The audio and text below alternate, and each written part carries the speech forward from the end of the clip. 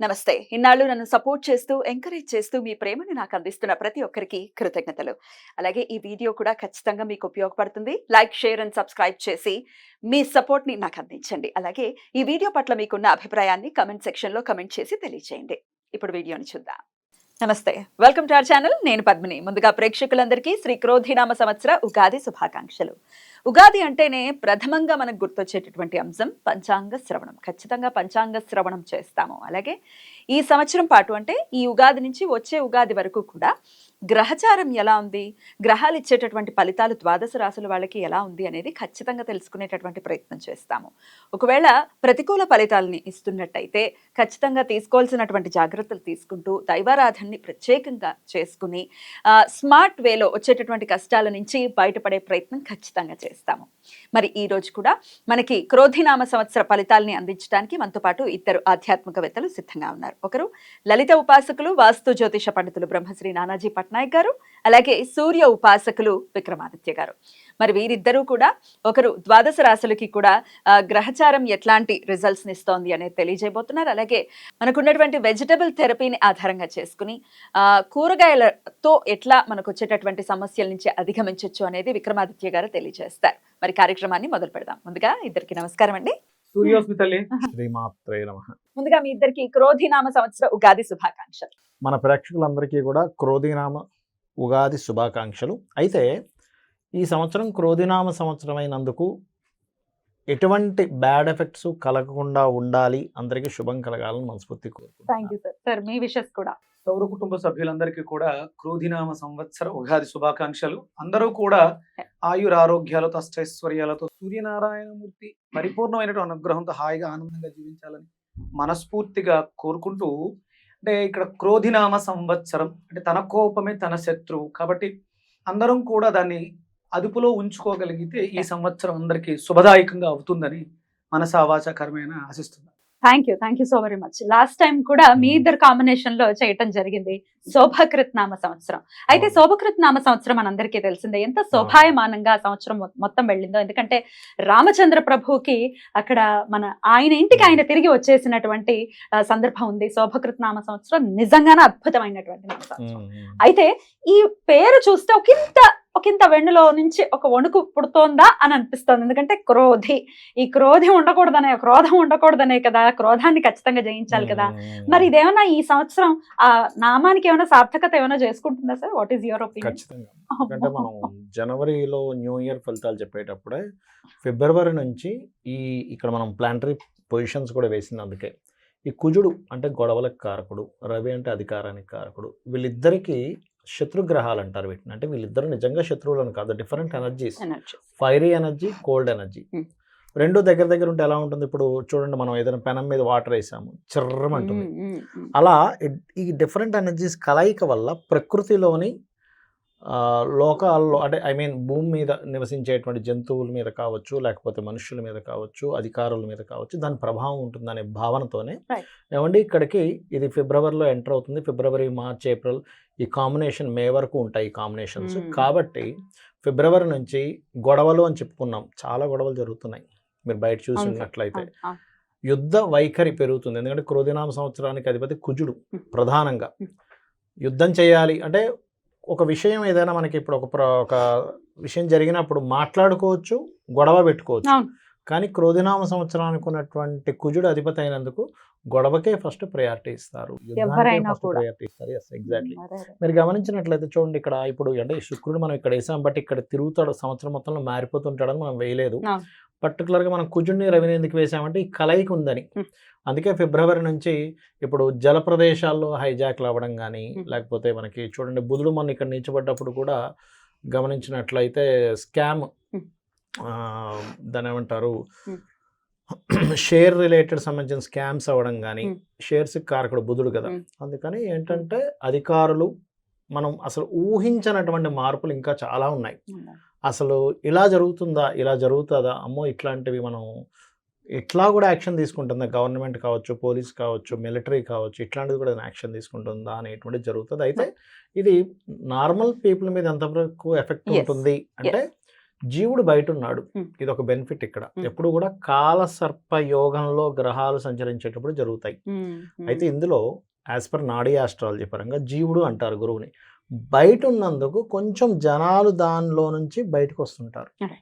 ఈ గురువు కూడా లోపల ఉన్నాడు అనుకోండి. మనకి last time 3.5 years back Covid వచ్చింది. అప్పుడు గురువు కూడా లోపల ఉండి ఇక్కడ సంచరిస్తున్నాడు. అప్పుడు ఇక్కడ నీచబడి ఉన్నాడు అప్పుడు గురువు. ఇప్పుడు ఎంత భయానకమైన భయం, ఎందుకంటే జీవుడు కూడా నీచబడిపోయాడు కదా. Right. అందుకని జనాల మీద ఎఫెక్ట్ చూపించింది. ఇప్పుడు ఏంటంటే దేశాల మీద, అధికారుల మీద, యుద్ధ సంబంధించిన వాటి మీద, దీని మీద ఎక్కువ ఎఫెక్ట్ ఉంటుంది. Right. జనాలు కొంచెం దాని నుంచి బయటపడతారు. Right. కాకపోతే ఇక్కడ నేను చెప్పేది ఏంటంటే ఈ కాంబినేషన్ ఉన్నప్పుడు సహజంగా ఎక్కడైనా ఇరుక్కొని ఏ బాంబు పేలుల్లో ఇట్లాంటివి ఇరుక్కోకుండా ఉండాలంటే అమ్మవారిని తలుచుకోవడము, లేకపోతే సూర్యుల్లోనే అమ్మవారిని చూసుకుంటూ చేయడము, చండీ పారాయణం చేయడము, ఏదైనా ఒక శక్తి దేవత ఆలయాలు, ఆంజనేయ స్వామి టెంపుల్కి వెళ్ళడం, లేకపోతే సుబ్రహ్మణ్యేశ్వర స్వామి ఆలయానికి వెళ్ళడం చేయడం ద్వారా ఈ యొక్క పరిస్థితి నుంచి బయటపడతారు. తప్పకుండా సరే. ఇది అయితే కామన్ పీపుల్ కి ఎట్లాంటి రిజల్ట్స్ ఇస్తుంది అనేది మన మెయిన్ మోటో కూడా ఈ ప్రోగ్రామ్ చేయడానికి. ఎగ్జాక్ట్లీ. సో ఒక్కొక్క రాశి వైజ్ గా కూడా ఒకసారి మాట్లాడుకుందాం. అంతకన్నా ముందు క్రోధినామ సంవత్సరం మరి పేరు భయానకంగా ఉంది, అది డెఫినెట్ గా సార్థకం చేసుకుంటుంది అని అంటున్నారు. కాబట్టి వాట్ ఈస్ యువర్ ఒపీనియన్? ఆయన చెప్పినట్టు కుజుడు యొక్క ప్రభావం అధికంగా ఉంటుంది కాబట్టి కుజుడు అగ్ని నక్షత్రంగా తీసుకుని మేషాన్ని అగ్ని రాశిగా తీసుకున్నప్పుడు వృచ్చికం కూడా అంతే కదా సార్. ఆ వృచ్చికం కూడా వృచ్చిక మేషాలకు అగ్ని జల రెండు కలయిక కాంబినేషన్. ఇది ప్రధానంగా అంటే మనలో ఉండేటువంటి అగ్నితత్వాన్ని పెంచుతూ ఉంటుంది. దాన్ని శాంతింపజేసుకోవడానికి కుజుడికి ప్రధానంగా ఉన్నటువంటి కూరగాయలు మనం ప్రధానంగా తీసుకునేది బూడిద గుమ్మడికాయ గురించి మాట్లాడుతూ ఉంటాం. అంటే కడుపు మంట, కడుపులో మంట, ఇవి రెండు కూడా అగ్రెసివ్ అయ్యే అవకాశం ఉంటుంది. అంటే తన కోపమే తన శత్రువు అంటారు. క్రోధినామ సంవత్సరంలో విపరీతమైనటువంటి కోపతాపాలకి అవకాశం ఎక్కువగా ఉంటుంది కుజుడు ప్రధానంగా తీసుకోవడం. ఇప్పుడు మనం ఈ ఎపిసోడ్ మంగళవారం చేస్తున్నాం, మనకి క్రోధినామ సంవత్సరం కూడా మంగళవారం వస్తుంది. కుజుడు ఆధిపత్యం తీసుకోవడానికి ఇది కారణం అవుతుంది. అంటే సిమ్టమ్స్ నేచర్ మనకి చెప్తుంది, కొంచెం జాగ్రత్తగా ఉండండి. అంటే ఇప్పుడు మనం ఆ అగ్నిని తట్టుకోవాలంటే వరుణ దేవుడిని ఆశ్రయించాలి, అంటే చల్లదనాన్ని మనకి తీసుకోవాలి. అందులో గుమ్మడికాయ, బూడిద గుమ్మడికాయకు ఉన్నటువంటి తత్వం అగ్నితత్వం అయినా అది ఉష్ణైన శీతలం అంటారు. వేడితో సమింపై ఆవిరై వర్షంగా కురుస్తుంది. అందుకని ఇక్కడ మనం బూడిద గుమ్మడికాయని, బీరకాయ అంటే మనకి డయాబెటీస్ వ్యాధి పెరిగే అవకాశం ఎక్కువ ఉంది. అలాగే గ్యాస్ట్రిక్ ఎసిడిటీ సమస్యలు విపరీతంగా ఇబ్బంది పెట్టే పరిస్థితుల్లోనే ఆ గొడవ తత్వం వల్ల, అరవటం వల్ల, ఇప్పుడు మీరు ఒక పెద్ద గొడవ జరిగింది, ఆ గొడవ అయిపోయిన వెంటనే మనం భోజనానికి కూర్చుంటే ఆకలేదు, చచ్చిపోతుంది కదా, ఆకలి చచ్చిపోతుంది. అన్ని ఫీలింగ్స్ చచ్చిపోయి ఉంటాయి. అందుకని ఏంటంటే సందర్భానుసారం మనం గుర్తించాల్సింది అవసరం ఎంత ఉంది అని గుర్తించుకోవాలి.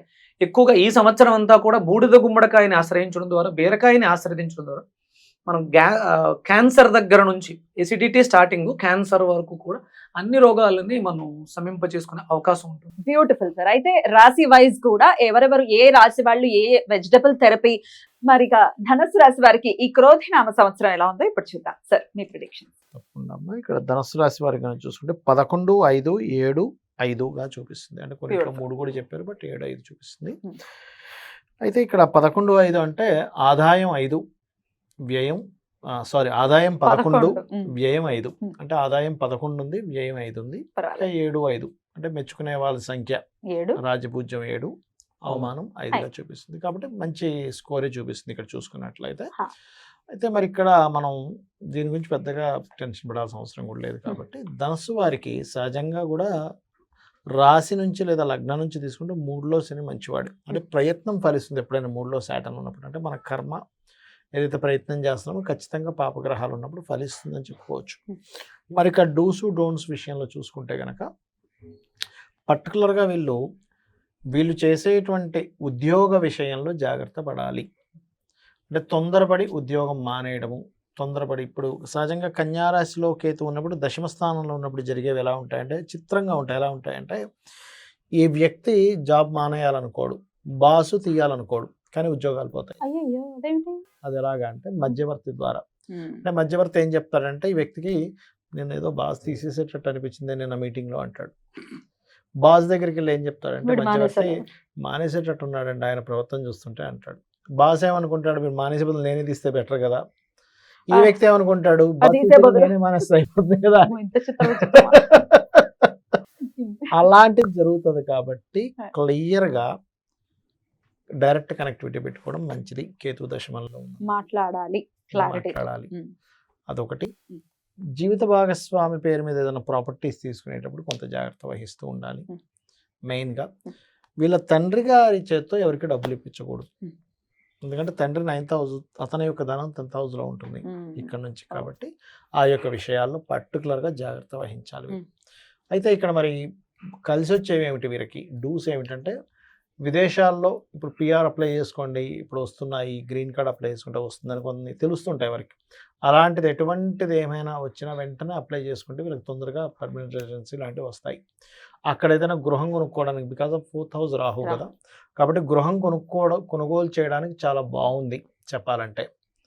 అండ్ వీళ్ళు ఈ సంవత్సరం ఈ జాబులు ఇవన్నీ కాదులే, కేతు ఉన్నాడు కదా దశమంలో, వ్యాపారం చేద్దామని చెప్పి దిగుతారు కూడా వీళ్ళు. మరి ఆ వ్యాపారం ఎంతవరకు బాగుంటుందంటే పర్లేదు, because of 3rd house Saturn, and కాబట్టి బాగుందని చెప్పుకోవచ్చు. అండ్ అదేవిధంగా వీరి కుటుంబ సభ్యులు అండ్ వీళ్ళ ఆదాయం కూడా కొంత విదేశీ సంబంధంగా గ్రోత్ అవుతుంది అనేటువంటిది చాలా స్పష్టంగా చూపిస్తుంది. అదొకటి. అండ్ ఇంకోటి ఏంటంటే, మీరు ఏదైనా సరే పుణ్యక్షేత్ర దర్శనాలకి ఈ మే లోపల బాగా వెళ్తారు, పుణ్యక్షేత్ర దర్శనాలు. ఇంకొక గొప్ప విషయం ఏంటంటే, మే నుంచి ఇన్వెస్ట్మెంట్స్కి చాలా బాగుంది వీరికి ధనస్సు. ఇన్వెస్ట్మెంట్ హౌస్ని చూస్తుంది కాబట్టి ఇట్లాంటివి కనిపిస్తున్నాయి.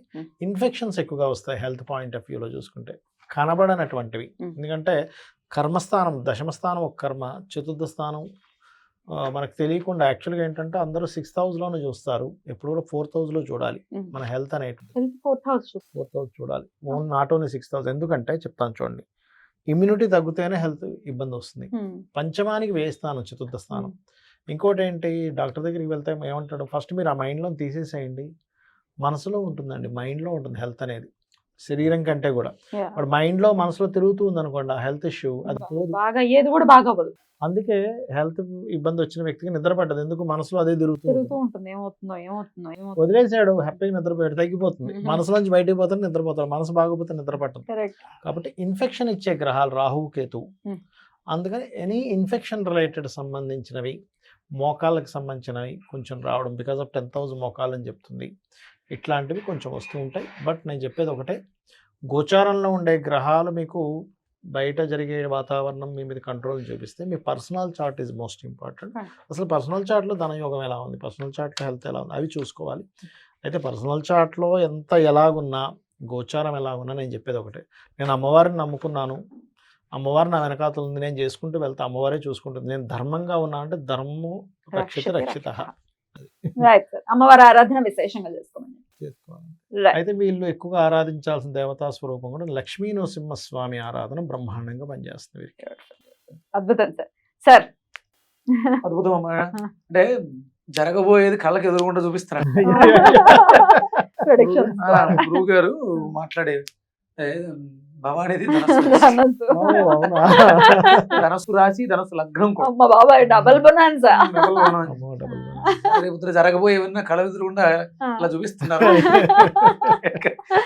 బాగుందమ్మా. భాగ్యస్థానం సింహస్థానం అయింది. ఆయన చెప్పినట్టు 4th హౌస్ ఏదైతే ఇబ్బంది ఉందో అది మీరు 100% చెప్పారండి. మనందరం కూడా శరీరానికి ట్రీట్మెంట్ చేస్తున్నాం. అసలు శరీరానికి ట్రీట్మెంట్ చేయాల్సిన అవసరం లేదు. శరీరానికి ఏ రోగం అని, మనసే ప్రధానమైనటువంటి రోగం. శరీరం తనను తానే ట్రీట్ చేసుకోగలదు. మనసు బాగుంటే శరీరం అంటే అది సహజంగా ప్రకృతికి ఆ అవకాశం ఉంది. ప్రకృతిలో ఏ జీవి కూడా, అంటే మనం ఇంట్లో పెంచే పెట్స్ తప్ప ప్రకృతిలో ఏ జీవి కూడా తనకు తాను ట్రీట్మెంట్ చేయించుకోదు, తనకు తానే హీల్ చేసుకోదు. డాక్టర్స్ ఎవరున్నారండి, ప్రకృతి సహజంగా జరుగుతుంది. అలాగే అసలు ఏదైనా పక్షి గాని ఏదైనా హాస్పిటల్కి వెళ్తుందా కన్నడ, అవసరం లేదు. మనసే ప్రధానం. మనం చేసేది కూడా వెజిటబుల్, అంటే వెజిటబుల్స్ ఏమంటా అంటే వ్యక్తిత్వ వికాసానికి వెజిటబుల్స్. వ్యక్తిత్వం అంటూ బాగుంటే, ధైర్యంగా ఉంటే ఏ రోగాన్ని అయినా సరే అధిగమించవచ్చు.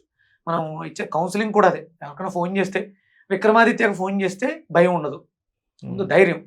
మరి అయితే ఏదో ఒక కూరగాయ చెప్తాడు, ఫోన్ చేస్తే ఉంటో బాగాలేదు అన్న ఇది పరిస్థితి ఫోన్ చేస్తే ఈ కూరగాయ జ్యూస్ చేసుకుంటే ఆగమ్మ పోద్దంట. అదే జరుగుతుంది ఇప్పటి వరకు కూడా ఇది నిజం. జరిగింది. మనం తెలుసుకున్న నిజాన్ని 10 మందికి చెప్పడం జరిగింది. వీళ్ళకి ఆయన చెప్పిన దాని ప్రకారం చూసుకుంటే ఇన్ఫెక్షన్స్ వచ్చే ఛాన్సెస్ ఇన్ఫెక్షన్స్ ఉన్నాయి. ఇది వేస్తానం కుజుడు అయ్యాడు కాబట్టి మనకి వృచ్చికం వేస్తానం అయింది కాబట్టి ఇన్ఫెక్షన్స్ కి కారకం అదే. డయాబెటీస్ కారకం కూడా ఇదే. షుగర్ ధనుసు రాశి వాళ్ళకి షుగర్ వచ్చే అవకాశం కూడా ఉంటుంది సహజంగా, ఎందుకంటే వేస్తానం అయింది కాబట్టి. ఇన్ఫెక్షన్స్ వీటిలన్నింటిలో కూడా మనం బీరకాయని అధికంగా వాడడం ద్వారా తగ్గించుకోవచ్చు కూరల రూపంలో. ఆ బీరకాయకి కాంబినేషన్ వచ్చి మనం వంకాయని తీసుకుంటాం. ఆ వంకాయ బీరకాయ కాంబినేషన్లో తీసుకోవాలి. అలాగే 4th హౌస్ డొమెస్టిక్ లైఫ్కి సంబంధించి చతుర్థానికి సంబంధించి ఉంది, అది అరటికాయని మనం కూరగాయగా తీసుకోవాలి. అలాగే కేతు ఉన్నాడు చర్మం సంబంధించి. ఇప్పుడు మరి నేను ఇన్ని రకాల కూరగాయల గురించి మాట్లాడుతున్నాను, ఇవి అన్ని ఒకేసారి కుదరదు. ఒక్కొక్క నెల ఒక్కొక్కటి వాడుకుంటూ హ్యాపీగా ఒక 6 రోజులు ఈ కూరగాయలు, ఒక 6 రోజులు ఆ కూరగాయలు, ఉదయం ఇది సాయంత్రం అది, ఇలా మార్చుకోవచ్చు. ఇవన్నీ కూరగాయలు కూడా మనకున్నటువంటి అనారోగ్య సమస్యలు చాలా సమస్యల్ని తీరుస్తాయి. ప్రధానంగా మీకు కావాల్సింది మీరు వాడుకోవడానికి వీలుగా ఉన్నవి బీరకాయ వంకాయ ఒకటి, దొండకాయ అరటికాయ కాంబినేషన్స్. ఇవి ఆపోజిట్ రియాక్షన్లో మాట్లాడుతుంటాను నేను. కన్యకి ఆపోజిట్ మీనాన్ని తీసుకున్నాను. అంటే కన్య దొండకాయని సూచిస్తుంది, మీనేమో అరటికాయని చూపిస్తుంది. సహజంగా లగ్నము రాసి అదే కాబట్టి వీళ్ళు రెగ్యులర్గా ఎండు కొబ్బరిని ఆశ్రయించి ఉండడం ద్వారా ఎముకలు, థైరాయిడ్ ఇష్యూస్, ఈ ప్రాబ్లం అన్నింటికి సమస్యకి పరిష్కారం. ఇది వాళ్ళే కావచ్చు, వేరే వాళ్ళకి కావచ్చు. ధనుసు రాశి ధనుల లగ్నమే కాకుండా థైరాయిడ్తో ఎవరైతే బాధపడుతున్నారో వాళ్ళకి ఎండు కొబ్బరి చాలా బాగా పనిచేస్తుంది. బీరకాయ వంకాయ కూడా చాలా అద్భుతంగా పనిచేస్తుంది. దొండకాయ అరటికాయ కూడా అద్భుతంగా పనిచేస్తుంది. ఇవి మార్చుకుంటూ, అంటే మనం ఎలా చేయాలి ఏం చేయాలని అది చెప్పడం జరిగింది. ఇవి ఆ అనుసంధానం చేసుకుంటూ వారాలు మార్చుకుంటూ చేసుకోవడం, ప్లస్ ఇవే ఆహారంగా అవతల వాళ్ళకి ఇవ్వడం ద్వారా, ఇంకా వీలైతే ఇందులో వ్యవసాయదారులు ఉంటే వీటిని పండించడం ద్వారా, అలాగే సూర్య ఆరాధన కూడా వీళ్ళకి విశేషమైనటువంటి ఫలితాన్ని ఇస్తుంది. ఆదిత్య హృదయ పారాయణం చేసుకోవడం, గురువుల్ని ఆశ్రయించడం, గురువుల్ని సత్కరించడం అనేది మనం రెగ్యులర్గా చేసుకుంటే వీళ్ళకి చాలా బాగుంటుంది. రైట్, అంతేనా? అంతే. కూరగాయలు ఇన్ని కూరగాయలు భగవంతుడు ఎందుకు సృష్టించాడు ఇప్పుడు అర్థమవుతుందా మీకు? అంతే కదా మరి. ఒకటే కూరగాయ సృష్టించొచ్చుగా, ఇన్ని ఎందుకు సృష్టించాడు? ఒక దాంట్లో ఒకటి పెట్టాడా? చాలా అద్భుతంగా 12 రకాల రాసుల వారికి 12 రకాల, ఇంకా చాలా రకాలు ఉన్నాయి. ప్రధానంగా ఇవి తీసుకోవడం ద్వారా మనకి విశేష ఫలితాలు ఇస్తుంది. Creator is always the creator. అద్భుతమైన క్రియేటర్ మన క్రియేటర్. పిత్తము కఫం వీళ్ళకి ప్రాధాన్యం చూపించడం, పిత్తం అధికంగా ఉండడం ద్వారా ఈ సమస్యలు వస్తుంది. పిత్తాన్ని అదుపు చేసుకోవడానికి మనం ఇప్పుడు మాట్లాడుకున్నటువంటి వెజిటబుల్స్ అన్ని కూడా. బ్యూటిఫుల్ సార్, చాలా అద్భుతంగా తెలియజేశారు. డెఫినెట్ గా ధనస్సు రాశి వారికి ఈ క్రోధినామ సంవత్సరం చాలా బ్యూటిఫుల్ గా ఉండాలని మనస్ఫూర్తిగా కోరుకుంటూ thank you so very much ఇద్దరికి. నమస్తే. సూర్యస్మృతి. నమస్తే.